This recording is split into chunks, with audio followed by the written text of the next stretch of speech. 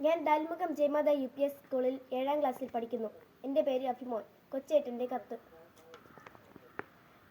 പ്രിയ DCL കുടുംബാംഗങ്ങളെ, ഇടുക്കി ജില്ലയിലെ Prakash city എന്ന എൻ്റെ കൊച്ചു ഗ്രാമത്തിലെ പ്രഭാത് പബ്ലിക് ലൈബ്രറി എന്ന ഞങ്ങളുടെ വായനശാലയിൽ അപ്പൻ ഞങ്ങൾക്ക് അംഗത്വം എടുത്തു തരുന്നത് ഞങ്ങൾ 4ാം ക്ലാസ്സിൽ പഠിക്കുമ്പോഴാണ്. അന്നു മുതൽ പുസ്തകങ്ങൾ ഞങ്ങളുടെ കൂട്ടുകാരായി എന്ന് മാത്രമല്ല, വായിച്ചു കഴിഞ്ഞവയോട് വലിയ സ്നേഹവും വായിക്കാനുള്ള പുസ്തകങ്ങളോട് വലിയ ആകാംക്ഷയും ഞങ്ങളിൽ വളർത്തിയിരുന്നു.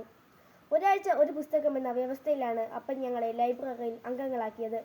ഞങ്ങളത് വായിച്ച് അതിൻ്റെ സംഗ്രഹം വീട്ടിൽ പകരണം എന്ന ധാരണയും ഉണ്ടായിരുന്നു.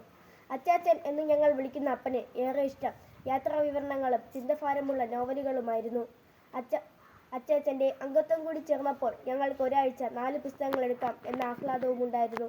ഞങ്ങൾക്ക് ബാലസാഹിത്യവും ശാസ്ത്ര നോവലുകളും കവിതകളും നോവലുകളും വായിക്കാൻ അപ്പൻ നിരന്തരം നിർബന്ധിച്ചു. എഴുത്തുകാരുടെ പേരും അവർ എഴുതിയ മറ്റു കൃതികളും അച്ചാച്ചൻ ചോദിച്ചിരുന്നു.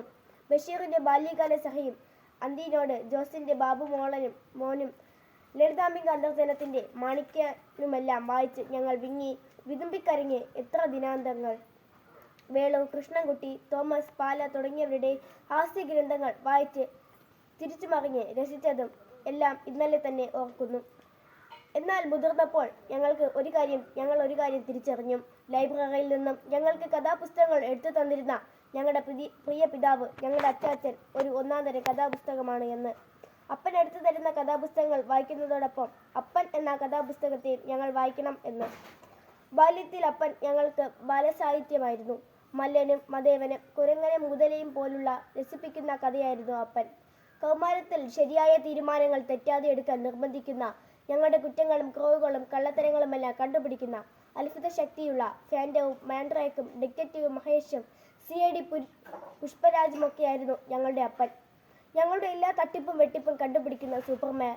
ഞങ്ങൾ മുതിർന്നപ്പോൾ അപ്പൻ ഞങ്ങൾക്ക് വിക്ടർ ഹ്യൂഗോയുടെ പാവങ്ങളിലെ കള്ളനോട് ക്ഷമിക്കുന്ന ബിഷപ്പായി മാറി.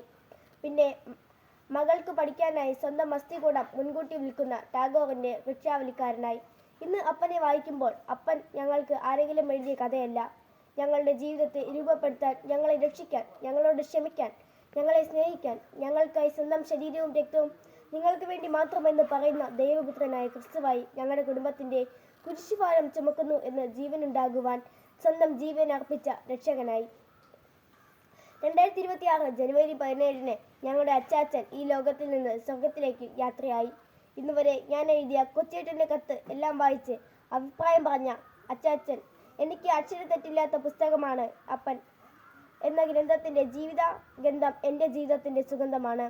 പ്രിയ കൂട്ടുകാരെ, നമ്മുടെ മാതാപിതാക്കളെ വായിക്കാനുള്ള വളർച്ചയാണ് മക്കൾ എന്ന പദവിയുടെ യോഗ്യത. നിങ്ങളുടെ മാതാപിതാക്കൾ നിങ്ങൾ വായിച്ചു തീർന്ന നല്ല പുസ്തകങ്ങളാകട്ടെ. ആ ജീവിതകഥകളുടെ ദൃശ്യാവിഷ്കാരമാകട്ടെ നിങ്ങളുടെ ജീവിതം. സ്നേഹത്തോടെ, സ്വന്തം കൊച്ചേട്ടൻ.